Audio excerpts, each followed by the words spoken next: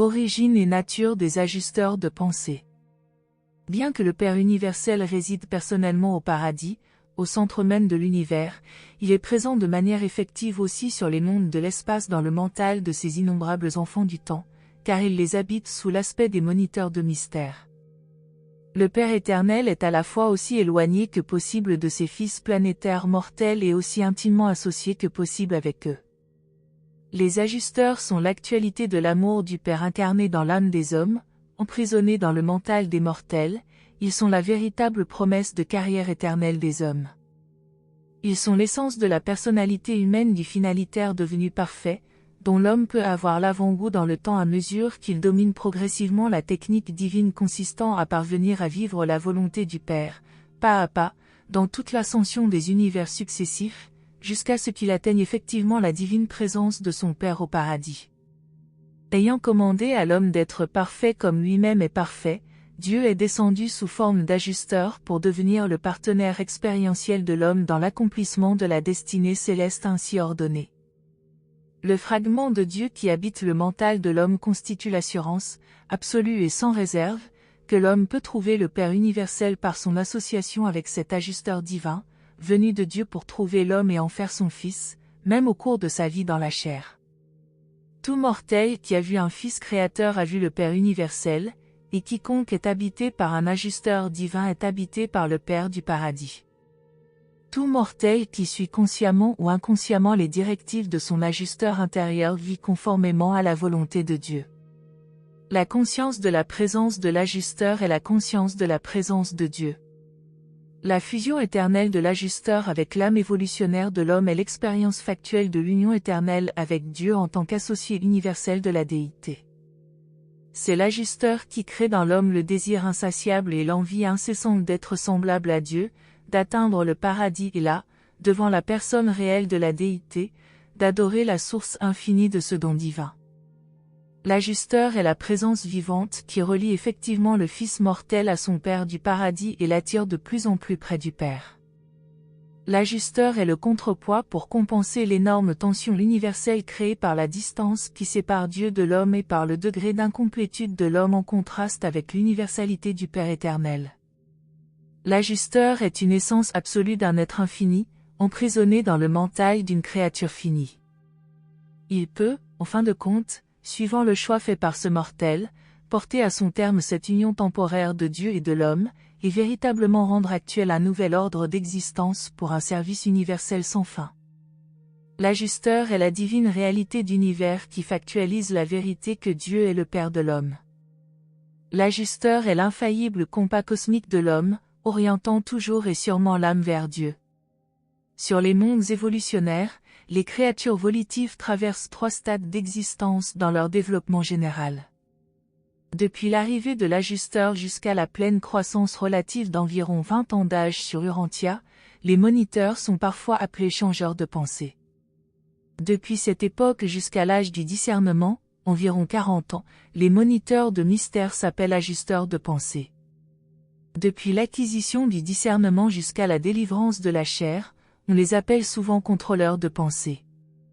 Ces 3 phases de la vie humaine n'ont pas de rapport avec les 3 stades de progrès des ajusteurs dans la duplication du mental et l'évolution de l'âme. 1. Origine des ajusteurs de pensée. Puisque les ajusteurs de pensée sont de l'essence de la déité originelle, nul ne peut prétendre parler avec autorité de leur nature et de leur origine. Je ne peux communiquer que les traditions de Salvington et les croyances du Versa.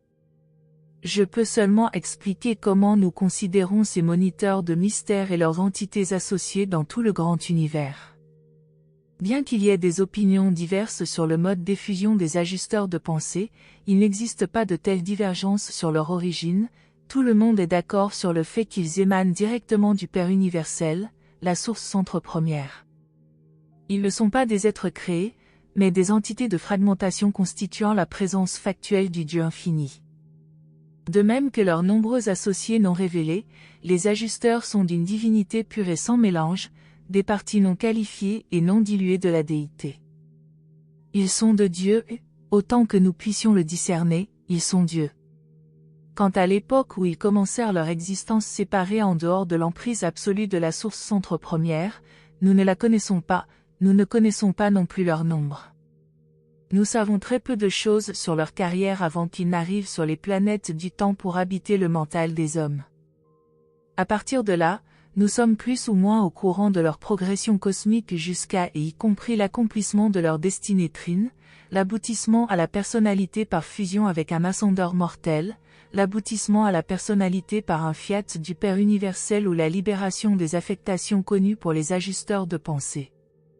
Bien que nous ne le sachions pas, nous supposons que de nouveaux ajusteurs sont continuellement individualisés à mesure que l'univers s'agrandit, et que le nombre des candidats à la fusion avec un ajusteur s'accroît.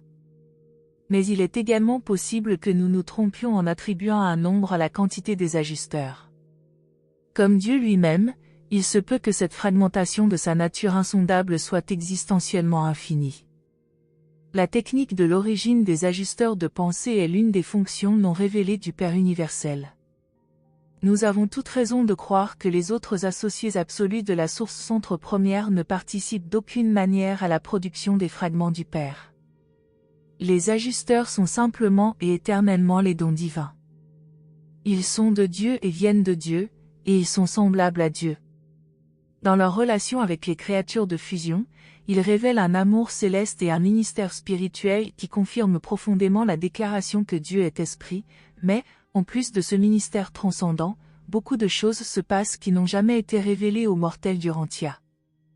Nous ne comprenons pas non plus exactement ce qui se passe quand le Père universel donne quelque chose de lui-même qui fera partie de la personnalité d'une créature du temps. La progression ascendante des finalitaires du paradis n'a pas non plus révélé encore les pleines possibilités inhérentes à cette association céleste de l'homme et de Dieu. En dernière analyse, les fragments du Père doivent être le don du Dieu absolu aux créatures dont la destinée englobe la possibilité d'atteindre Dieu en tant qu'absolu. De même que le Père universel fragmente sa déité prépersonnelle, de même l'Esprit infini individualise des portions de son esprit prémental pour qu'elle habite et fusionne effectivement avec les âmes évolutionnaires des mortels survivants de la série à fusion avec l'Esprit. Mais la nature du Fils éternel n'est pas fragmentable de cette manière, l'Esprit du Fils originel est ou bien diffus ou bien personnel de manière discrète. Les créatures fusionnées avec le Fils sont unies à des effusions individualisées de l'Esprit des fils créateurs du Fils éternel. 2. Classification des ajusteurs. Les ajusteurs sont individualisés en tant qu'entités vierges, et tous sont destinés à devenir des moniteurs, soit libérés, soit fusionnés, soit personnalisés. Nous croyons savoir qu'il y a cet ordre d'ajusteurs de pensée, mais nous ne comprenons pas entièrement ces divisions. Nous désignons souvent ces différents ordres comme suit. 1. Les ajusteurs vierges, ceux qui servent pour la première fois dans le mental d'un candidat évolutionnaire à la survie éternelle. Les moniteurs de mystère ont une nature divine éternellement uniforme. Leur nature expérientielle est également uniforme quand ils sortent pour la première fois de Divinington. Leur différenciation expérientielle ultérieure résulte de leur expérience effective dans le ministère universel. 2. Les ajusteurs avancés, ceux qui ont servi, pendant une ou plusieurs périodes chez des créatures volitives, sur des mondes où la fusion finale a lieu entre l'identité de la créature du temps et une portion individualisée de l'esprit de la manifestation dans l'univers local de la source centre troisième. 3. Les ajusteurs suprêmes, les moniteurs qui ont servi dans l'aventure du temps sur les mondes évolutionnaires, mais dont les partenaires humains ont refusé, pour un motif quelconque, la survie éternelle, ainsi que les moniteurs qui ont été ultérieurement affectés chez d'autres mortels appartenant à d'autres mondes en évolution. Un ajusteur suprême n'est pas plus divin qu'un moniteur vierge, mais il a plus d'expérience et peut produire, dans le mental humain, des effets qu'un ajusteur moins expérimenté serait incapable d'obtenir. 4. Les ajusteurs disparus. Il se place ici un hiatus dans nos efforts pour suivre les carrières des moniteurs de mystère. Il existe un 4e stade de service au sujet duquel nous n'avons pas de certitude. Les Melchizedek enseignent que les ajusteurs du 4e stade sont détachés en mission et qu'ils parcourent l'univers des univers. Les messagers solitaires inclinent à croire qu'ils sont réunis à la source centre première et jouissent d'une période d'agréable association avec le Père lui-même. Et il est parfaitement possible qu'un ajusteur soit en train de parcourir le maître univers tout en étant simultanément réuni au Père omniprésent. 5. Les ajusteurs libérés. Ce sont les moniteurs de mystère qui ont été libérés pour l'éternité du service temporel auprès des mortels des sphères en évolution. Quelles fonctions peuvent-ils remplir? Nous l'ignorons. 6. Les ajusteurs fusionnés, les finalitaires, ceux qui ne font plus qu'un avec une créature ascendante des super-univers, ils sont les partenaires éternels des ascendeurs temporels du corps paradisiaque de la finalité. Les ajusteurs de pensée fusionnent généralement avec les mortels ascendants du temps. On les enregistre à l'entrée et à la sortie d'ascendanton avec ces mortels survivants, ils suivent le sort des êtres ascendants. Après fusion avec une âme évolutionnaire ascendante, il semble que l'ajusteur passe du niveau existentiel absolu de l'univers au niveau expérientiel fini de l'association fonctionnelle avec une personnalité ascendante. Bien qu'il conserve tout le caractère de la nature existentielle divine, un ajusteur fusionné devient indissolublement lié à la carrière ascendante d'un mortel survivant. 7. Les ajusteurs personnalisés. Ce sont ceux qui ont servi avec les fils du paradis incarnés, ainsi que beaucoup d'autres qui se sont spécialement distingués pendant qu'il habitait un mortel qui a rejeté la survie. Nous avons des raisons de croire que ces ajusteurs sont personnalisés sur la recommandation des anciens des jours du super-univers de leur affectation. Ces mystérieux fragments de Dieu peuvent être classifiés de beaucoup de manières, selon leur affectation dans l'univers, selon le degré de leur réussite en habitant un mortel individuel ou même selon l'ascendance raciale de leur candidat humain à la fusion. 3. Le foyer des ajusteurs sur Divinington. Toutes les activités universelles concernant l'envoi, l'affectation, la direction et le retour des moniteurs de mystère en service dans les 7 super-univers semblent être centrés sur la sphère sacrée de Divinington. Autant que je le sache, seuls les ajusteurs et autres entités du Père ont séjourné sur cette sphère. Il est probable que de nombreuses entités prépersonnelles non révélées partagent Divinington avec les ajusteurs comme sphère de leur foyer. Nous conjecturons que ces entités compagnes peuvent, en quelque manière, être associées au ministère présent et futur des moniteurs de mystère, mais en réalité nous ne le savons pas.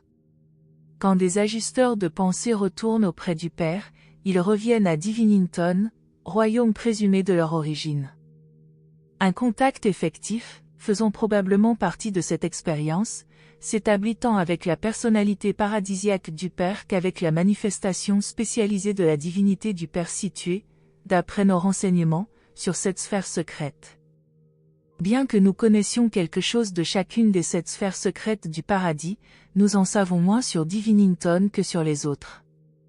Les êtres des ordres spirituels élevés ne reçoivent que les 3 injonctions suivantes. 1. Montrez toujours un respect adéquat pour l'expérience et les dons que possèdent leurs seniors et supérieurs. 2. Avoir toujours des égards pour les limitations et l'inexpérience de leurs juniors et subordonnés. 3. Ne jamais chercher à atterrir sur les rives de Divinington. Je me suis souvent dit qu'il me serait tout à fait inutile d'aller à Divinington. Je serais probablement incapable d'y voir aucun des résidents, sauf des êtres tels que les ajusteurs personnalisés que j'ai déjà vus ailleurs. Je suis très certain qu'il n'y a rien de vraiment utile ou profitable pour moi sur Divinington, rien d'essentiel à ma croissance et à mon développement, autrement, on ne m'aurait pas interdit d'y aller. Puisque nous ne pouvons presque rien apprendre de Divinington sur la nature et l'origine des ajusteurs, nous sommes obligés de rassembler des renseignements provenant de 1001 sources différentes, et il nous faut réunir, associer et faire correspondre les données accumulées, pour que cette connaissance ait une valeur d'information. Le courage et la sagesse dont font preuve les ajusteurs de pensée suggèrent qu'ils ont subi un entraînement d'une portée et d'une étendue prodigieuse. Puisqu'ils ne sont pas des personnalités, il faut que cet entraînement leur ait été donné dans les institutions éducatives de Divinington. Les extraordinaires ajusteurs personnalisés constituent sans doute les cadres des écoles de formation des ajusteurs de Divinington. Nous savons cependant que ce corps central superviseur est présidé par l'ajusteur personnalisé, maintenant, du premier fils paradisiaque de l'ordre des Michael qui paracheva sa septuple effusion sur les races et peuples des royaumes de son univers. Nous savons en réalité très peu de choses sur les ajusteurs non personnalisés, nous ne prenons contact et ne communiquons qu'avec les ordres personnalisés. Ceux-ci reçoivent un nom sur Divinington et sont toujours connus par leur nom, et non par leur numéro. Les ajusteurs personnalisés sont domiciliés en permanence sur Divinington, cette sphère sacrée est leur foyer. Ils ne sortent de cette demeure que par la volonté du Père universel. On en rencontre très peu dans les domaines des univers locaux, mais ils sont présents en plus grand nombre dans l'univers central. 4. Nature et présence des ajusteurs. Dire qu'un ajusteur de pensée est divin, c'est simplement reconnaître la nature de son origine. Il est hautement probable qu'une telle pureté de divinité embrasse l'essence du potentiel de tous les attributs de la déité qui peuvent être contenus dans ce fragment de l'essence absolue de la présence universelle du Père paradisiaque éternel et infini. La source effective de l'ajusteur doit être infinie. Avant sa fusion avec l'âme immortelle d'un mortel évolutionnaire, la réalité de l'ajusteur doit frôler l'absoluité. Les ajusteurs ne sont pas absolus au sens universel, au sens de la déité, mais ils sont probablement de vrais absolus dans les limites du potentiel de leur nature fragmentée. Ils sont qualifiés quant à leur universalité, mais non quant à leur nature. Ils sont limités en étendue, mais, en intensité de signification de valeur et de fait, ils sont absolus. Ils sont des dons divins que nous appelons parfois, pour ces raisons, les fragments qualifiés absolus du Père. Nul ajusteur n'a jamais été déloyal envers le Père du paradis. Les ordres inférieurs de créatures personnelles ont parfois à lutter avec des compagnons déloyaux, mais jamais les ajusteurs. Ces derniers sont suprêmes et infaillibles dans leur sphère céleste de ministère auprès des créatures, et de fonction dans l'univers. Les ajusteurs non personnalisés ne sont visibles qu'aux ajusteurs personnalisés. Les messagers solitaires de mon ordre ainsi que les esprits inspirés de la Trinité peuvent détecter la présence des ajusteurs au moyen de phénomènes de réaction spirituelle. Même les séraphins peuvent parfois discerner la luminosité spirituelle supposée associée à la présence de moniteurs dans le mental matériel des hommes. Mais nul d'entre nous n'est capable de discerner effectivement la présence réelle d'ajusteurs, à moins qu'ils n'aient été personnalisés, bien que leur nature soit perceptible en union avec les personnalités fusionnées des ascendeurs venant des mondes évolutionnaires. L'invisibilité universelle des ajusteurs suggère fortement que leur nature et leur origine sont élevées et exclusivement divines. Une lumière caractéristique, une luminosité spirituelle, accompagne la présence divine, on l'associe généralement aux ajusteurs de pensée. Dans l'univers de Nébadon, cette luminosité paradisiaque est très largement connue sous le nom de « lumière pilote ». Sur Uversa, on l'appelle la « lumière de la vie ». Sur Urantia, on a parfois fait allusion à ce phénomène comme « la vraie lumière qui éclaire tout homme venant dans le monde ». Pour tous les êtres qui ont atteint le Père universel, les ajusteurs de pensée personnalisés sont visibles. Les ajusteurs de pensée de tous les stades, ainsi que tous les autres êtres, entités, esprits, personnalités et manifestations de l'esprit, sont toujours discernables par les personnalités créatrices suprêmes issues des déités du paradis et qui président les gouvernements majeurs du grand univers. Pouvez-vous vraiment réaliser la vraie signification de la présence intérieure des ajusteurs? Mesurez-vous vraiment ce que signifie le fait qu'un fragment de déité absolue et infinie, le Père universel, habite votre nature mortelle finie et fusionne avec elle? Quand l'homme mortel fusionne avec un fragment effectif de la cause existentielle du cosmos total, on ne peut plus attribuer aucune limite à la destinée de cette association inimaginable et sans précédent. Dans l'éternité, l'homme découvrira non seulement l'infinité de la déité objective, mais aussi la potentialité sans fin du fragment subjectif de ce même Dieu.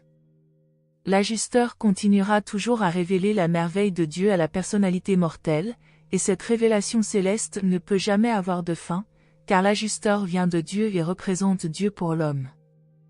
5. Qualité mentale des ajusteurs. Les mortels évolutionnaires ont tendance à considérer le mental comme une médiation cosmique entre l'esprit et la matière, et c'est en vérité le principal ministère du mental tel que vous pouvez le discerner. Il est donc très difficile aux humains de percevoir que les ajusteurs de pensée ont un mental, car les ajusteurs sont des fragmentations de Dieu sur un niveau absolu de réalité qui n'est pas seulement prépersonnel, mais aussi antérieur à toute divergence entre énergie et esprit. Sur un niveau moniste antérieur à la différenciation de l'énergie et de l'esprit, il ne saurait y avoir de fonction médiatrice du mental, parce qu'il n'y a pas de divergence à arbitrer. Puisque les ajusteurs peuvent faire des plans, travailler et aimer, ils doivent avoir des pouvoirs d'individualité commensurables avec le mental. Toutes les sortes de moniteurs supérieurs au premier groupe, dits vierges, possèdent une aptitude illimitée à communiquer les uns avec les autres. En ce qui concerne la nature et le but de leur intercommunication, nous ne pouvons presque rien révéler parce que nous ne les connaissons pas. Cependant, nous savons que les ajusteurs sont en quelque sorte dotés de mental, car autrement ils ne pourraient jamais être personnalisés. Les qualités mentales de l'ajusteur de pensée sont semblables aux qualités mentales du Père universel et du Fils éternel, celles qui sont ancestrales à toute espèce de mental issu de l'acteur conjoint. Le type de mental supposé exister chez un ajusteur doit être semblable à la dotation mentale de nombreux autres ordres d'entités prépersonnelles dont nous présumons qu'elles sont également issues de la source centre première. Bien que beaucoup de ces ordres n'aient pas été révélés sur Urantia, ils font tous preuve de qualité mentale. Il est possible aussi à ces individualisations de la déité originelle de s'unifier avec de nombreux types évolutifs d'êtres non mortels, et même avec un nombre limité d'êtres non évolutionnaires qui ont acquis la capacité de fusionner avec ces fragments de la déité. Quand un ajusteur de pensée a fusionné avec l'immortelle âme morontielle évoluante de l'humain survivant, le mental de l'ajusteur ne peut être identifié comme continuant à exister séparé du mental de la créature que jusqu'au moment où le mortel ascendeur atteint les niveaux spirituels de la progression universelle. Quand ces esprits du 6e stade atteignent les niveaux finalitaires d'expérience ascendante, il semble qu'ils transmuent un facteur mental représentant l'union de certaines phases du mental de mortel et du mental de l'ajusteur, facteur qui avait fonctionné auparavant comme liaison entre les phases humaines et divines de ces personnalités ascendantes. Il est probable que cette qualité mentale expérientielle suprématise et accroisse subséquemment la dotation expérientielle de la déité évolutionnaire, l'être suprême. 6. Les ajusteurs en tant que purs esprits. Les ajusteurs de pensée, tels que les créatures les rencontrent dans leur expérience, révèlent la présence et la gouverne d'une influence d'esprit. L'ajusteur est assurément un esprit, un pur esprit, mais plus qu'un esprit. Nous n'avons jamais été capables de classifier les moniteurs de mystère d'une manière satisfaisante. Tout ce que l'on peut dire d'eux avec certitude, c'est qu'ils sont vraiment semblables à Dieu. L'ajusteur est la possibilité pour l'homme de devenir éternel. L'homme est la possibilité pour l'ajusteur de se personnaliser. Votre ajusteur individuel travaille à vous spiritualiser dans l'espoir d'éterniser votre identité temporelle. Les ajusteurs sont saturés du magnifique amour du Père des Esprits, un amour qui s'effuse de lui-même. Ils vous aiment véritablement et divinement, ils sont prisonniers de l'espérance spirituelle confinée dans le mental des hommes. Ils souhaitent ardemment que votre mental mortel atteigne la divinité, pour que leur solitude prenne fin et qu'ils soient délivrés avec vous des limitations de l'investiture matérielle et de la vêture du temps. Le sentier qui vous mène au paradis est celui de l'aboutissement spirituel, et la nature de l'ajusteur vous révélera fidèlement la nature spirituelle du Père universel. Au-delà de l'ascension au paradis et dans les stades post-finalitaires de la carrière éternelle, il est possible que l'ajusteur prenne contact avec son partenaire jadis humain pour un ministère autre que spirituel, mais l'ascension vers le paradis et la carrière finalitaire représentent bien l'association entre l'ascendeur connaissant Dieu, qui se spiritualise, et l'ajusteur, dont le ministère spirituel révèle Dieu. Nous savons que les ajusteurs de pensée sont des esprits, de purs esprits, probablement des esprits absolus. Mais l'ajusteur doit être quelque chose de plus qu'une réalité spirituelle exclusive. Des facteurs d'énergie pure sont également présents chez lui en plus de sa qualité mentale supposée. Si l'on veut bien se rappeler que Dieu est la source de l'énergie pure et du pur esprit, il ne sera pas si difficile de percevoir que ces fragments soient énergie et esprit. Il est de fait que les ajusteurs traversent l'espace sur les circuits de gravité instantanée et universelle de l'île du paradis. Il est assurément surprenant que les moniteurs de mystère soient ainsi associés au circuit matériel de l'univers des univers, mais c'est un fait que, d'un bout à l'autre du grand univers, ils passent comme des éclairs sur les circuits de gravité matérielle. Il est parfaitement possible qu'ils puissent même pénétrer les niveaux de l'espace extérieur, ils pourraient certainement suivre la présence gravitationnelle du paradis dans ces régions.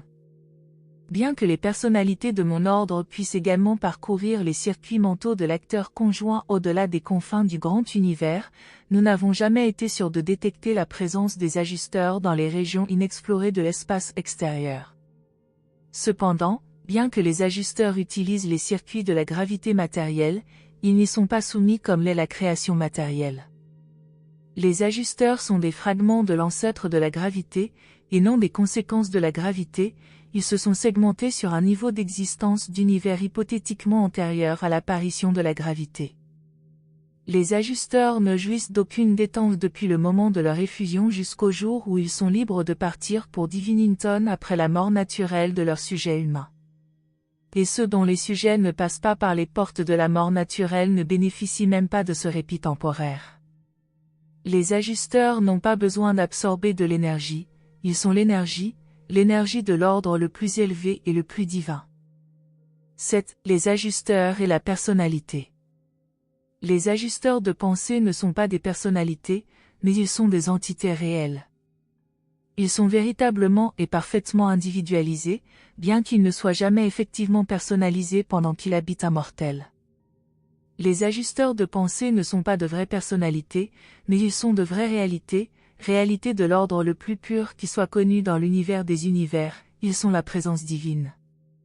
Bien que ces merveilleux fragments du Père ne soient pas personnels, on les mentionne communément comme des êtres, et parfois comme des entités d'esprit, à cause des phases spirituelles de leur présent ministère auprès des hommes.